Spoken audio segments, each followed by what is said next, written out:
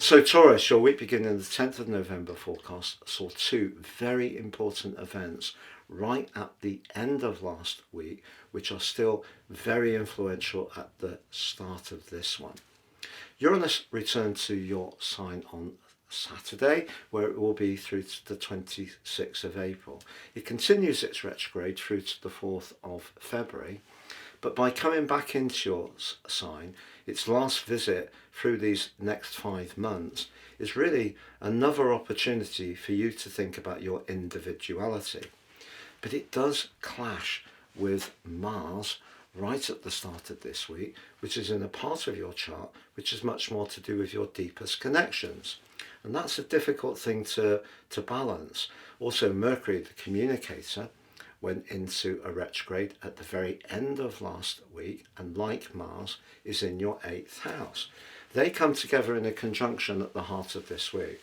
If you are considering some long-term financial changes, one of the things I would say this week is don't rush the process. One of your great gifts is that you do think about things carefully. Now, your ruler, Venus, is in a very strong part of your chart, along with the Sun, if you do need to reach out to someone and get some support or advice, particularly around those aforementioned long-term finances. But Jupiter, the planet of luck, joins up with Mercury in a retrograde on Tuesday and in your 3rd house. The 3rd house is how we think, but it can also be how we communicate. Jupiter can trick us in a way to be a little bit too confident, and its slowdown through to the 11th of March next year could see you rethinking certain plans you have, maybe even changing your mind about certain beliefs you have too. But the key is that despite Jupiter's slowdown, he is going to forge a very strong link with Saturn, the planet of structure, and the Sun in your sector of relationships. So by the end of this week, you could, despite that Mercury retrograde, which can affect communication, and Jupiter, which can just dim our hope a little bit in a retrograde, and Uranus moving back into your sign, you could have a really significant discussion as this week draws to a close, which actually helps you to feel a lot more steady with where you are. It's just that right at the heart of this week there is a quarter moon.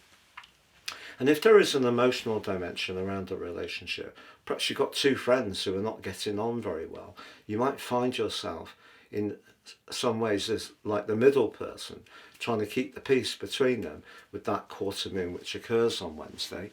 But I feel that that conjunction between Mercury and Mars right at the heart of this week, whether it is around those long-term finances, whether it's around your love life, whether it's you with Uranus now having inversed back into your sign, wanting to be a lot more independent minded around an existing relationship. Something could get out of kilter at the heart of this week, but you do have an opportunity by the end of the week, if you use your usual patient approach and try to find a way forwards that keeps things steady but also stays true to who you are and need to be, you could end the week in a much more constructive space than some of those energies at the start of the week, which could feel a bit chaotic, highly charged and a little bit unbalancing. If you've yet to order your year 2026 personal horoscope, totally based on your unique birth data and 30% off, please see the link below for more.